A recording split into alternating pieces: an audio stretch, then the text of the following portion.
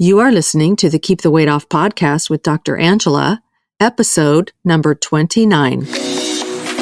Welcome to the Keep the Weight Off podcast, where we bust all the dieting myths and discover not just how to lose weight, but more importantly, how to keep it off. We go way beyond the food, and we use science and psychology to give you strategies that work. And now your host, Dr. Angela Zechmann. So, hey friends, welcome back. Just real quick before we get started today, I want to remind everyone that we will soon be starting the next iteration or the next class of Journey Beyond Weight Loss. We're going to have our kickoff call in mid-September. If you have never heard of Journey Beyond Weight Loss before, welcome to our podcast, because we've been talking about it all through. So that means you haven't heard any of the podcasts before. But this is a 12-week online course and membership where I teach you all the skills that you need to lose weight and keep it off. And so keep your eyes and ears to the ground and watch your email for the announcement that registration is going to be open, because that's going to happen in mid-September. And our kickoff call is September 21st. And in the meantime, if you haven't already done it, make sure that you join us in Sugar and Flour Busters Society on Facebook. You can get a lot of support there. So I just really, we're trying to do everything we can think of to help you on your weight loss journey, because this is not the easiest thing in the world. And I want you to have all the support that you need.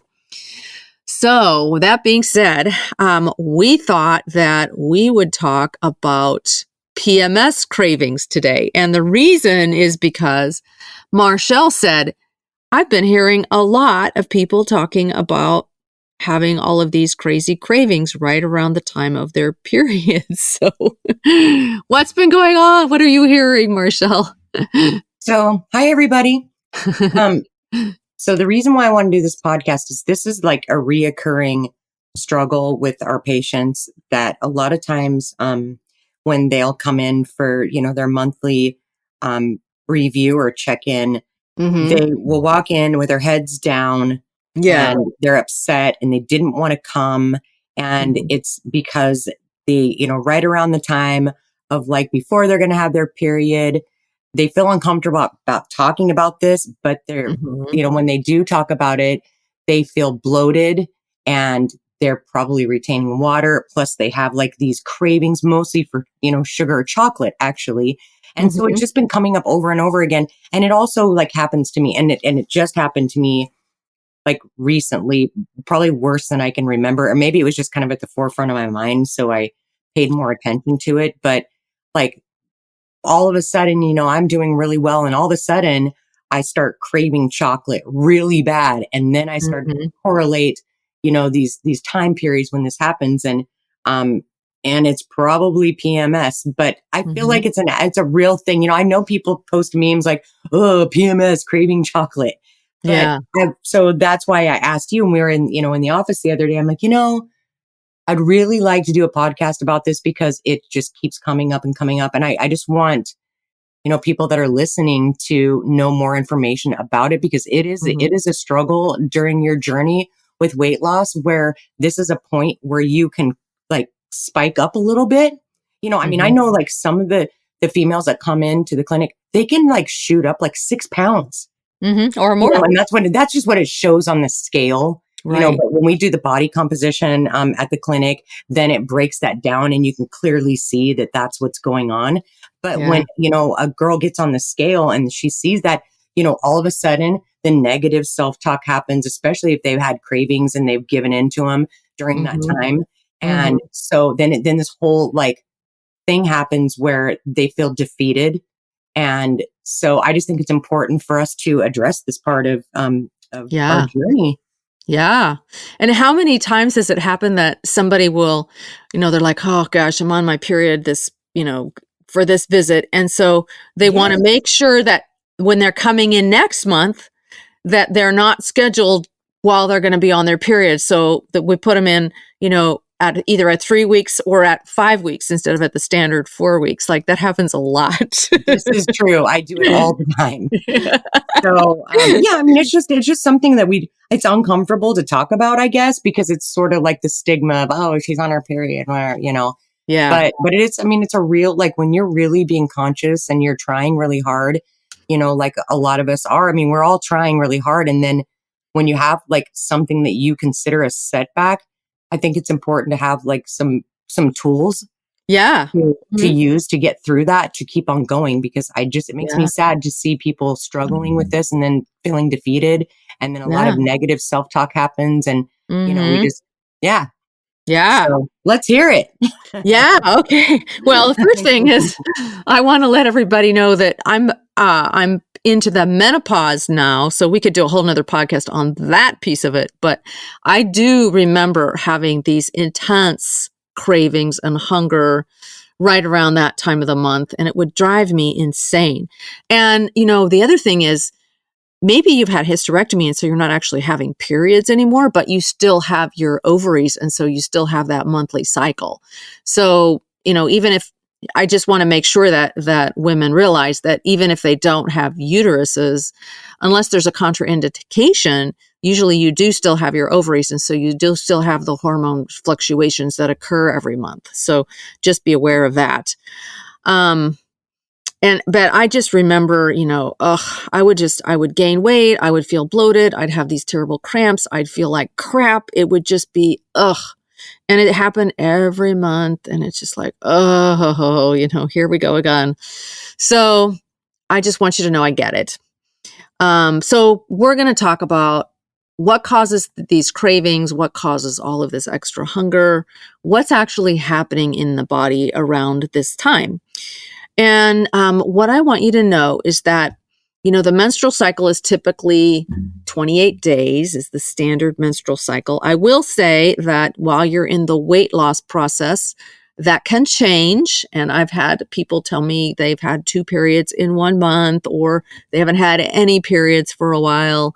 And I always have to make sure that women in childbearing age are on good birth control while they're going through the weight loss process, because things will change on you and you don't really know when you're ovulating and when you're having your period. But if, let's say, you have a standard 28-day cycle, you ovulate around day 14.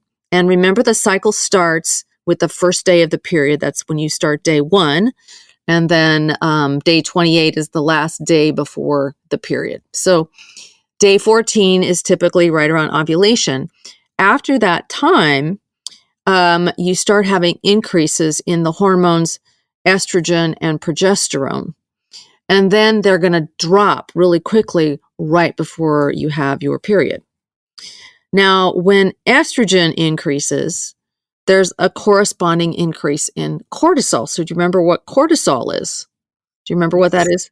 It's a stress hormone. Stress hormone, yeah. Yeah.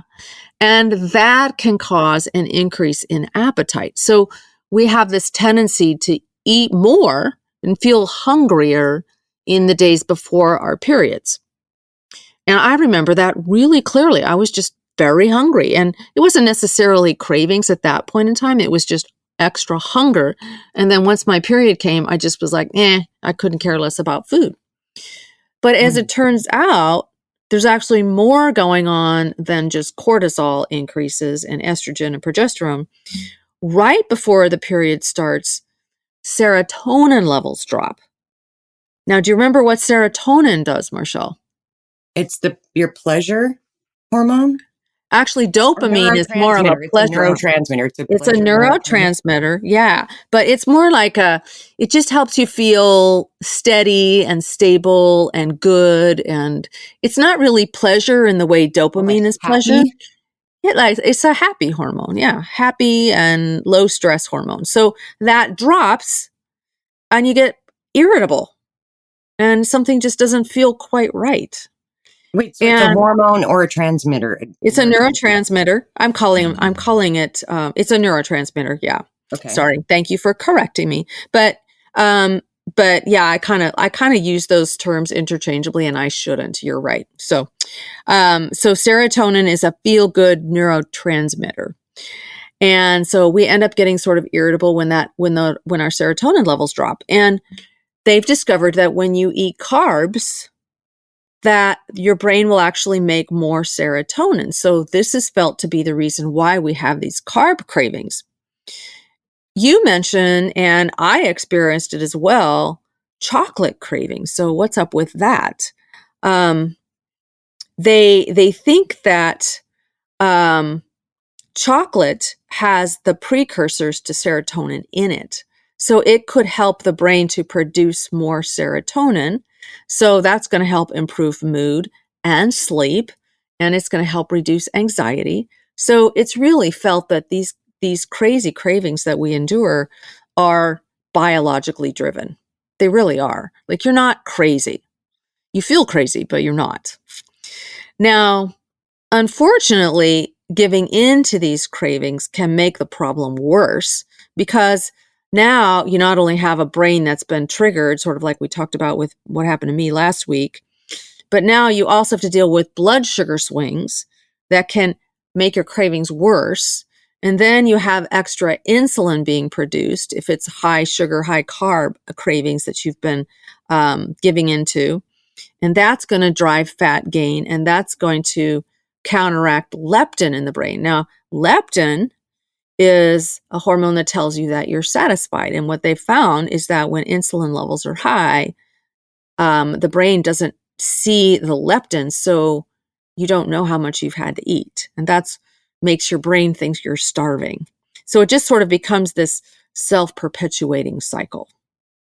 So, is that making sense, Marshall? Well, yeah. I mean, when you say it like that. Yeah. It's like, okay, so here I have these carb cravings. I feel like crap already. I just want to have something to make me feel better.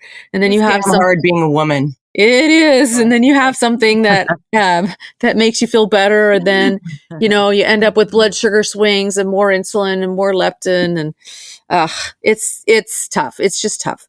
So I don't want anybody to feel badly about any of this. I want you to just recognize what's going on.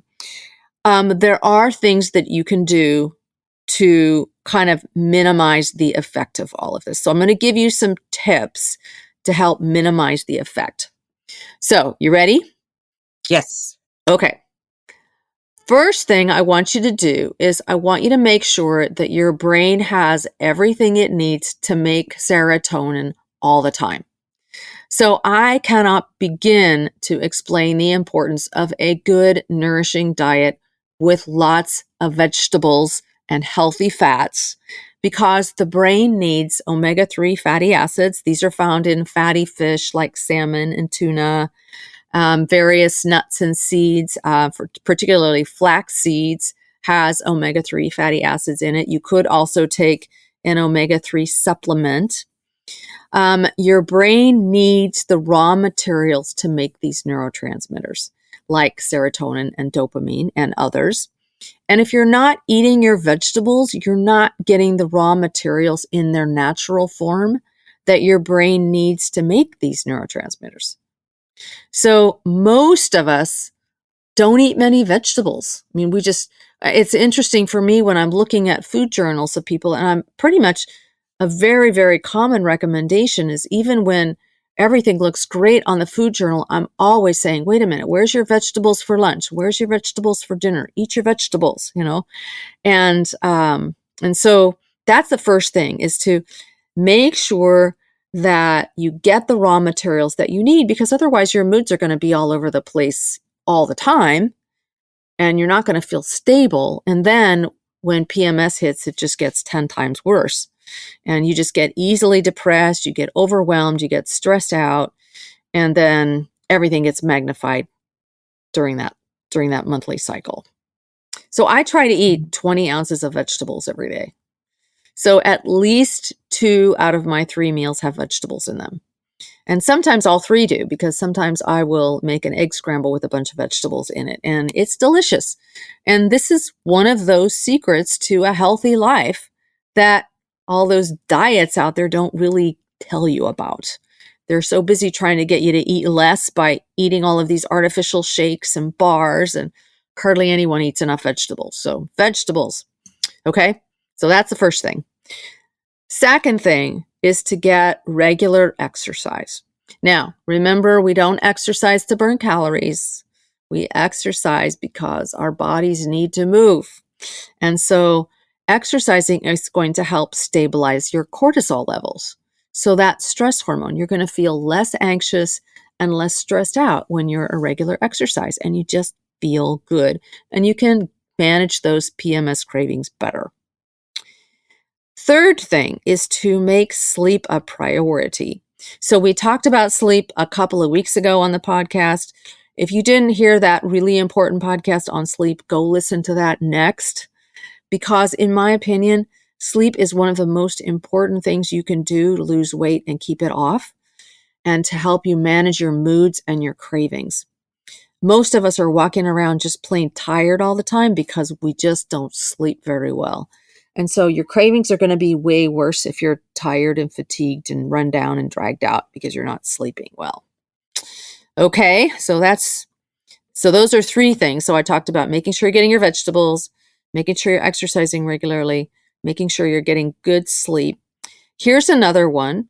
Avoid processed foods and sugary beverages. Now, this is kind of what we talk about all the time, but I just want to make sure everybody understands what I mean when I say processed foods. I mean junk foods, foods that come in wrappers and bags and boxes, or food that comes in a bag from a drive-thru or some other fast food restaurant. Be suspicious of anything that doesn't require dishes and silverware. Okay? So, if you're not eating it off a dish with some silverware, check it and make sure that it's not full of crap. Okay? So, when we eat processed foods, our insulin levels have to run high in order to metabolize all the carbs and sugar, and this wreaks havoc with our hormones. And PMS becomes 10 times worse than it needs to be. So really work at training yourself to think about processed foods in the same way you think about cigarettes. Like, they're toxic for the body. They just are. Next tip is to minimize caffeine and alcohol intake, particularly during that premenstrual time, because caffeine can make you more irritable and make it difficult to get the rest that you need.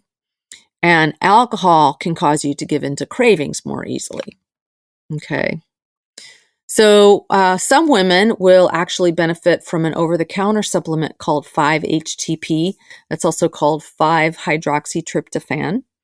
And that can help increase serotonin levels and help you feel better and sleep better and help reduce anxiety. Remember that we don't give any individual medical advice on this podcast. I would not take any 5-HTP unless you check with your doctor first to make sure that it's safe for you, because taking 5-HTP in combination with some types of antidepressants might send your serotonin levels too high. That doesn't happen very often, but it is a risk. So I'm just letting you know what the options are here. Some women do benefit from 5-HTP. And I've had a lot of women in our practice who've had a great response to that. So it can really help boost serotonin levels. I would say if you want to go ahead and have some chocolate, get the absolute darkest chocolate you can stand. Because remember, it's not the sugar in the chocolate that's helping. It's the actual precursors in the chocolate itself.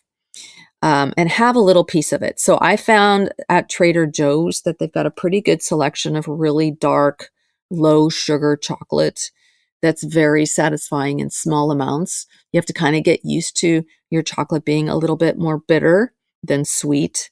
But when I have a chocolate craving, that's what I do, is I just have a little bit.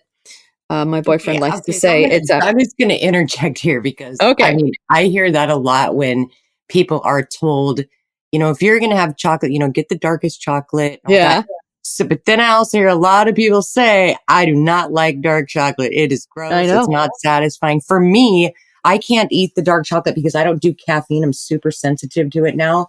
And for some reason, that dark chocolate makes me jittery and I cannot, I don't know, call me a weirdo, but I can't relax. I mean, I get just like I overdrank coffee.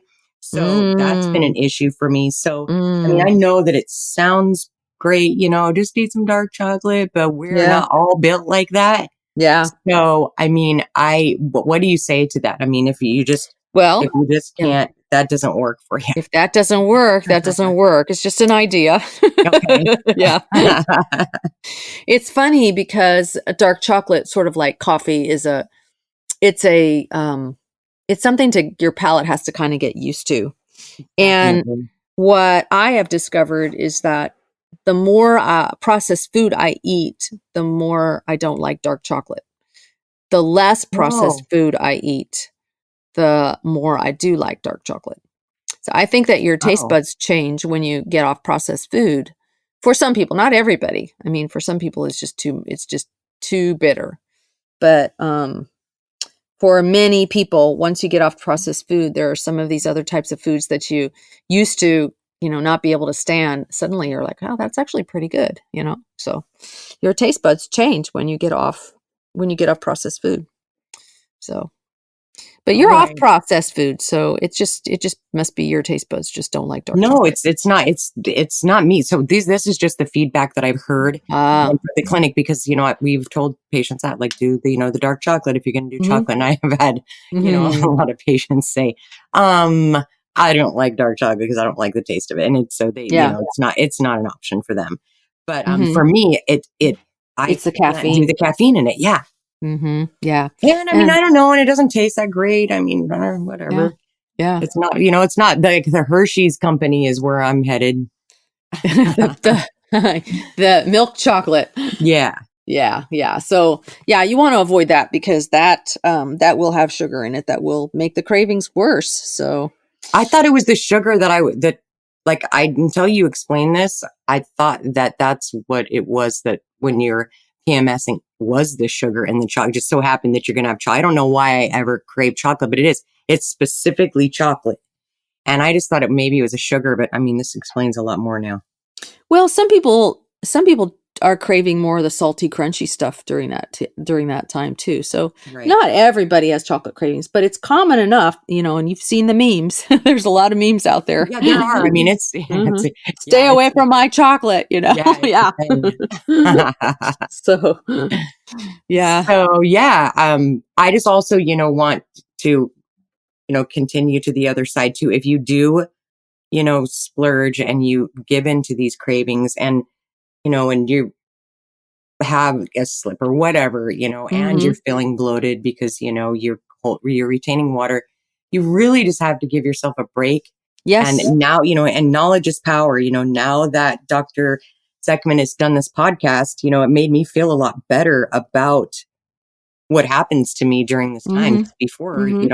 I didn't understand and I would give in and I'd feel like, oh God, I can't believe I did this. And Yeah. so, you just have to be like really, really kind to yourself and, Mhm. pick yourself back up and keep on going. Well, here's the deal. The only people who fail at weight loss are the people who quit. Right. All you got to do is pick yourself up and start over. It's not a big deal. It's just like a baby learning how to walk. You just get up and you're stronger because of it. So it's nothing to feel bad about if you did slip while you were having that time. It's no big deal at all. Don't make it a big deal. It's just a little blip in the road. So, Right. and it's not a big deal at all. But there are biochemical reasons, and I think it helps to understand that you're not crazy.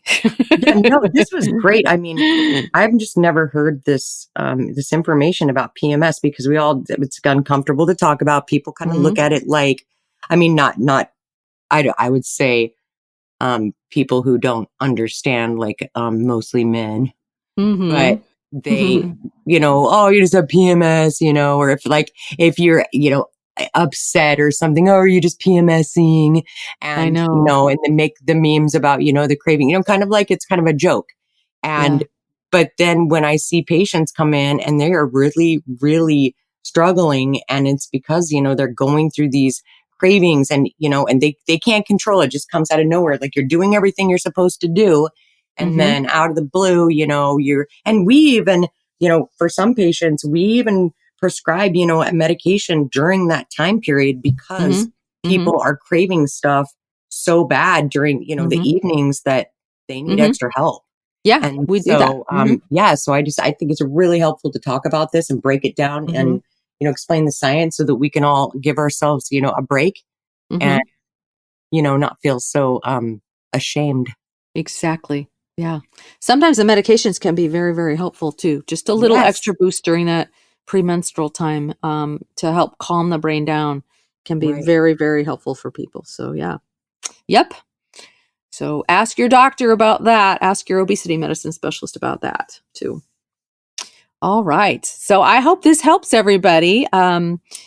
Again, something that many people are sort of embarrassed to talk about, but it's perfectly normal and perfectly natural and nothing to be ashamed about. And don't worry about it. Just make sure that you're getting, make sure you're getting your rest, make sure you're getting your vegetables, make sure you're getting your exercise. Consider taking some 5-HTP. Stay away from the processed foods on a regular basis. Minimize caffeine and alcohol intake. And you'll find that you are able to sail through it much, much easier. I'm not going to say it's going to be easy, but I will say it'll be easier if you are generally good at taking care of yourself. So that's no matter what happens, don't give up and just keep on going. Exactly. Keep on practicing. Never give up. All right. Awesome. Well, thanks, Marshall. Thanks to all of you for listening, and we'll see you back next week. Take care. Bye-bye. Hey, if you really want to lose weight and keep it off for good, your next step is to sign up for Dr. Angela's free weight loss course, where you're going to learn everything you need to get started on your weight loss journey the right way. Just head over to journeybeyondweightloss.com/free course to sign up. Also, it would be awesome if you could take a few moments and write a review on iTunes. Thanks, and we'll see you in Journey Beyond Weight Loss.